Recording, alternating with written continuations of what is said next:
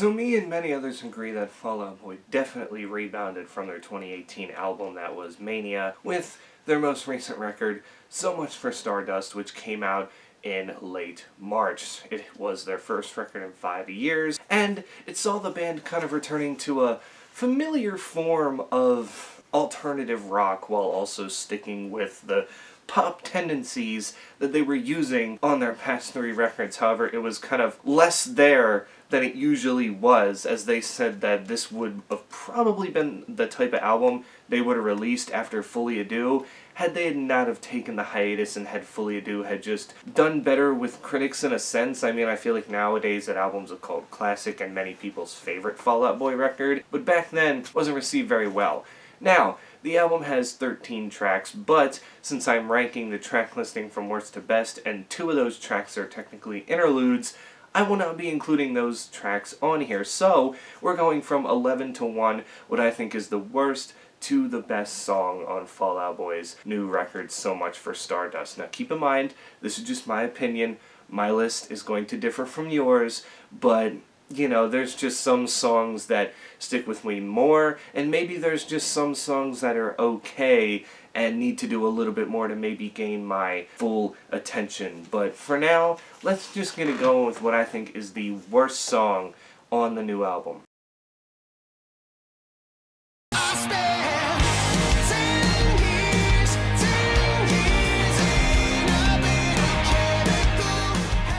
So at the last minute I made a switch. This was originally going to be what I thought was the second worst song on the new record, but now to me it's kind of the worst, because with this song, the Kinsugi Kid 10 Years, it doesn't do a whole lot, and even the chorus is kind of weak for what it is. I mean, I'm not sitting here and saying it's a terrible song or anything. It's alright for this album standard, but considering you come off the high-intensity song of I Am My Own Muse and then go straight into the interlude into this song, it's just kind of an underwhelming follow-up to a song that had so much intensity, and that's what made it so disappointing when hearing it for the first time on the record.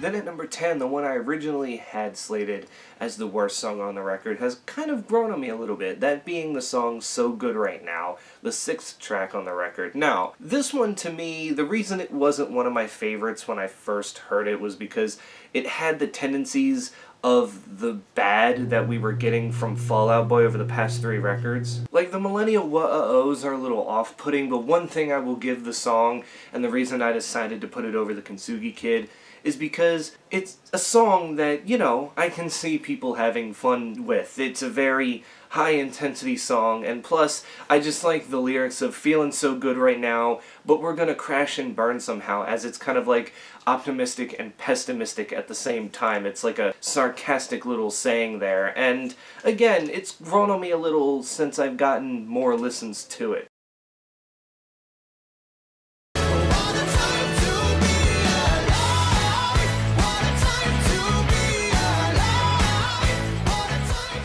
Then we have What a Time to Be Alive, which this is the second to last track on the record. People seem to like this song, but I don't really that much. It's just, I guess, a song that's a little bit too repetitive for my liking and doesn't do much. Again, it maybe, I guess you can say, has the intensity going for it, but that's really about it when we talk about this track. Like, it's not one of the stronger Patrick Stump performances here, I will say that much.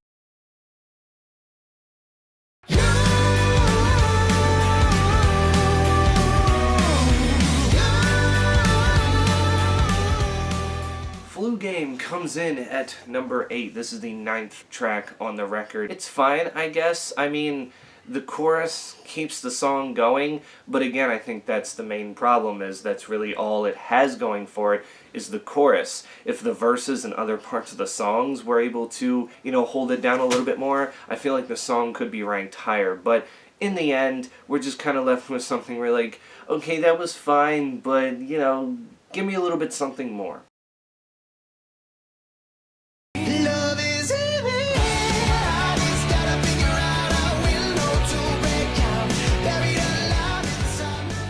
At number 7, we have Fake Out, which so far this song is getting underrated because the album kicks off with 3 singles right away, and then once you get to Fake Out, which is the 4th track on the record, you're kind of left going, okay, what do we got now? These are the singles, but we're here with what's supposedly supposed to be the deep cuts. The eeriness and darkness of the track is really intriguing, and the chorus is fine, but again, I feel like there's just something missing with the song that keeps it from being higher. Like, it definitely is a good emo track. It still shows you that Fall Out Boy can go in that direction, but there's just something that isn't there that needs to be to make this song the perfect one.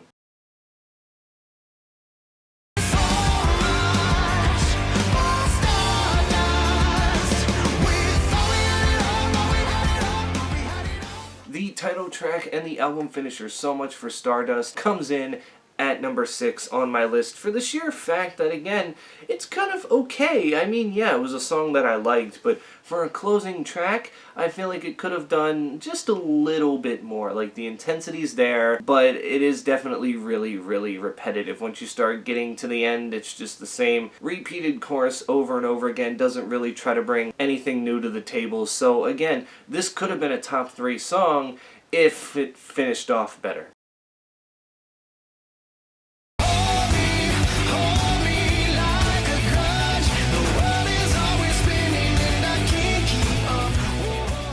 Now, getting in the top 5, we have Hold Me Like a Grudge, the 3rd track on the record and the 3rd single from this record. Bassline to begin is awesome, and I really like the kind of, way Patrick Stump's vocals go throughout the verses, and of course it just goes into that very, very catchy chorus. Again, this is them getting into more of a pop rock type territory, but it's them taking the elements of what worked during their pop rock stuff from like Save Rock and Roll and American Beauty and American Psycho, and combining it with the alt rock that they've always been so good at, and making a nice, decent track here. Like, this one was, a nice one.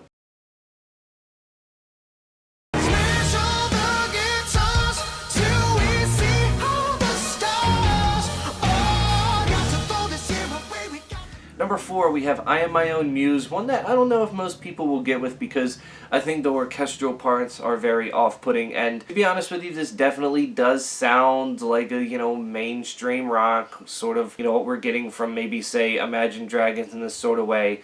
But I mean, come on, that chorus is great, and I really like the orchestral elements. I think it adds some flair to a track overall that's supposed to just be so loud and in your face. It encapsulates it perfectly, and Patrick Stump does a really good job vocal-wise on this track as well, going from the softer singing verses to the chorus where everything just goes off. It is nice.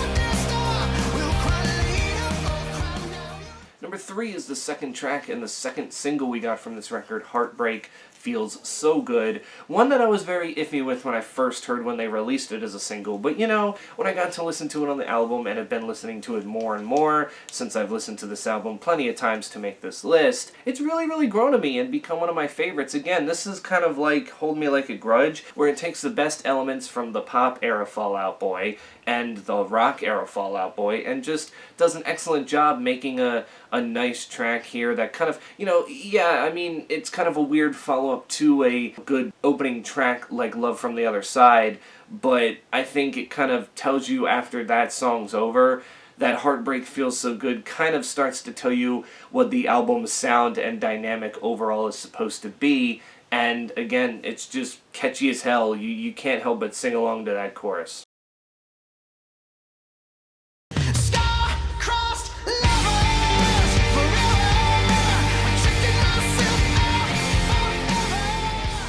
Number 2 is a deep cut that I hope they make a single, but they aren't going to make a single. That being Heaven, Iowa. This is where they kind of tackle more into R&B a little bit. Like, it's still rock, but they have R&B tinges in this song. And of course, Patrick Stump has done this before, and it's worked out pretty well for him. But on Fall Out Boy, it kind of catches you off guard a little bit. But by the second time you get around to that chorus, my God, does it take off. And it is just an emotional track. Like, you listen to the lyrics on this thing, and it is heart breaking. Like, this is not an R&B love song. This is a love song for different reasons. It is just so sad, so dark in a sense, and I just don't know what it is. The chorus just lifts the whole thing, and the whole song in general just has you feeling emotional from start to finish. Sending my love from the other side of the apocalypse. Just about swept. But, you know, the obvious number one for me had to be the song that reeled me back into the band after having so much worry as to what was going to come following Mania, that being the lead-off single and lead-off track for this album, Love from the Other Side. They released this in January of this year, and basically announced the album right then and there, and to everyone's amusement, this was actually a good song. Me and many others were definitely prepared to be disappointed when this song was going to come out, but when we started hearing heart-pounding drums and guitars, and literally no sense of any pop sound like beat or wah-oh-ohs and all this kind of stuff, it sounded like old Fall Out Boy taking flight again, and it brought me back in saying, okay, if they're gonna do this, then I think I'm gonna stay. I'm not gonna completely ditch them. Because just after everything that went down with Mania and the way it sounded and the way it turned out, everybody just kind of seemed to be turned off, done with the band. But when you go and listen to this thing, it's like, wow, okay, so it's not necessarily the pop punk that they used to do, but most people, like myself, were comparing this song to a Fully Ado track where it had this high alt-rock intensity, and I think choosing it as the lead-off single and the lead-off track for the record were perfect decisions, because there's no other way, no other song you could have really reeled the crowd back in with. I mean, this was just a perfect way to kick off this era, and I just cannot stop listening to this song. Even when they play it on the radio now, I'm just not tired of it, and it's become arguably my favorite song of the year just because of what it has done and how it stopped me from being disinterested in the band and wanted me to hear more, and I'm glad that I did, because Fall Out Boy, for once, made an album that I had fun listening to from start to finish, basically, since, well, Fully Ado. So, that is my list from 11 to 1 for the